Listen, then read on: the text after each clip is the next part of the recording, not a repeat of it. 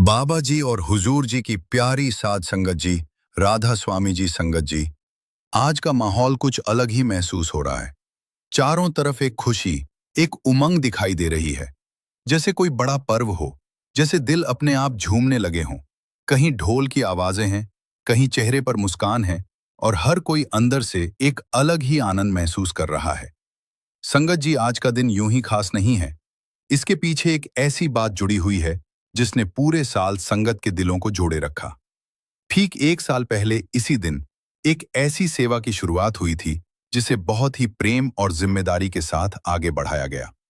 हम यहाँ किसी पद या गुरु गद्दी की बात नहीं कर रहे, बल्कि उस सेवा की बात कर रहे हैं जो दिलों को जोड़ती है, जो संगत को एक नई दिशा देती है। उस सेवा ने एक साल पूरा कर लिया है और आज उसी की खुशी हर जगह दिखाई दे रही है। संगत जी, आज चंडीगढ़ की सुखना लेक पर भी एक अलग ही दृश्य देखने को मिला। वहां मौजूद संगत के चेहरे पर जो खुशी थी, वो शब्दों में बयां करना आसान नहीं है। और इसी बीच एक ऐसा पल आया जिसने उस खुशी को और भी खास बना दिया। अचानक ही बाबा जी वहां पहुंचे, और जैसे ही संगत ने दर्शन किए, माहौल पूरी तरह बदल गया। हर दिल में एक शांति, एक सुकून और एक अनोखी खुशी भर गई। बाबा जी ने बड़े ही प्रेम से संगत को देखा, और उनके दर्शन पाकर हर कोई खुद को धन्य महसूस करने लगा। संगत जी, ऐसे पल जिंदगी में बार बार नहीं आते। ये वो पल होते हैं जिन्हें हम हमेशा अपने दिल में संजो कर रखते हैं। अब जरा आप भी अपने जीवन का एक ऐसा दृश्य याद कीजिए जब आपने किसी कारण के अंदर से सच्ची खुशी महसूस की हो, जब आपको लगा हो कि कोई अदृश्य शक्ति आपके साथ है। वही एहसास, वही सुकून आज संगत के चेहरों पर साफ दिखाई दे रहा था।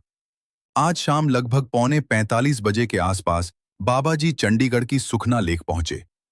वहीं पास में किशनगढ़ का नया सेंटर भी बन रहा है, जहां अभी निर्माण कार्य जारी है। वहां शेड बन चुकी है और 4 दीवारी का काम भी पूरा हो चुका है। बाबा जी का हेलीकॉप्टर वहीं उतरा, क्योंकि बाबा जी चंडीगढ़ आए हुए थे और आज रात भी वहीं रुकने वाले हैं। बाबा जी ने वहां संगत को पैदल चलते हुए दर्शन दिए और कुछ समय तक संगत के बीच रहकर उन्हें निहाल किया। इसके बाद बाबा जी सुखना लेक पर घूमने के लिए पहुंचे, तो वहां भी भारी मात्रा में संगत एकत्र हो गई। बाबा जी ने किसी को निराश नहीं किया और सुखना लेक पर संगत को खुले दर्शन दिए। जो लोग नहीं जानते थे कि ये कौन है, वो संगत से पूछ रहे थे कि क्या ये व्यास वाले बाबा जी हैं। तो जब आम लोगों को संगत से जानकारी मिली, तो आम लोगों ने भी वहां सुखना लेक पर बाबा जी के दर्शनों का सौभाग्य प्राप्त किया। इसी दौरान बाबा जी ने एक और बड़ी खुशखबरी भी सुनाई। सभी संगत ध्यान से सुन ले। जो सोलन का सत्संग 16 और 17 मई को होना था, वो चुनावों के कारण रद्द कर दिया गया था, क्योंकि हिमाचल प्रदेश में चुनाव होने थे और बाबा जी नहीं चाहते थे कि सरकार के कार्य में कोई बाधा आए। उस समय संगत थोड़ी उदास हो गई थी कि अब सत्संग कब होगा। लेकिन अब उस सत्संग की नई तारीखों का ऐलान कर दिया गया है। सोलन में सत्संग अब 3 अक्टूबर को सुबह 10 बजे आयोजित होगा, जिसमें खुली कार में दर्शन भी दिए जाएंगे।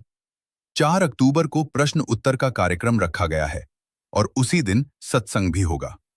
इसके बाद 5 अक्टूबर को नामदान दिया जाएगा। इस प्रकार अक्टूबर के पहले सप्ताह में 3 दिन का पूरा कार्यक्रम तय किया गया है। जो संगत सोलन जाने की इच्छा रखती थी, वो अब अपनी तैयारी शुरू कर सकती है। और अगर सोलन नहीं जा सकते, तो उसके पहले व्यास में बहुत से भंडारे होंगे।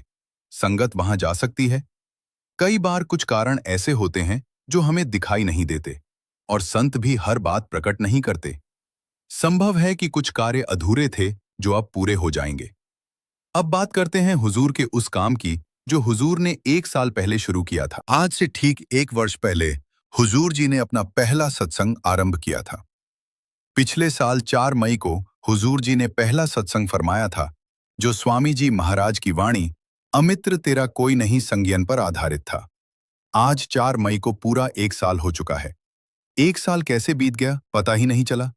संगत जी कहते हैं हुजूर महाराज जी का ही रूप है। महाराज जी ही वापस लौट आए हैं।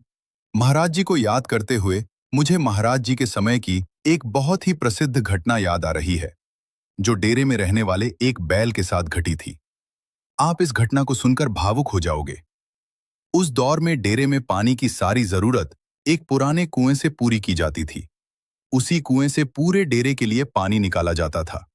कुएं से पानी बाहर खींचने के लिए एक बैल को लगाया गया था, जो दिन भर कोल्हू के चारों ओर घूमकर ये सेवा निभाता रहता था।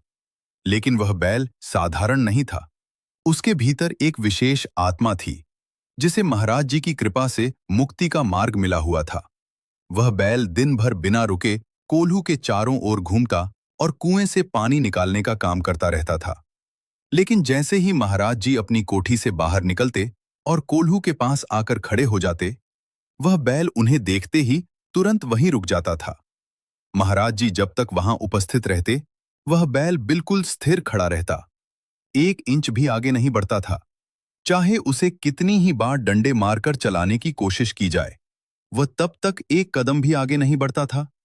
लेकिन जैसे ही महाराज जी वहां से आगे बढ़ जाते, वह बैल बिना किसी दबाव या इशारे के फिर से चलने लगता और अपना काम शुरू कर देता। यह दृश्य रोज देखने को मिलता था।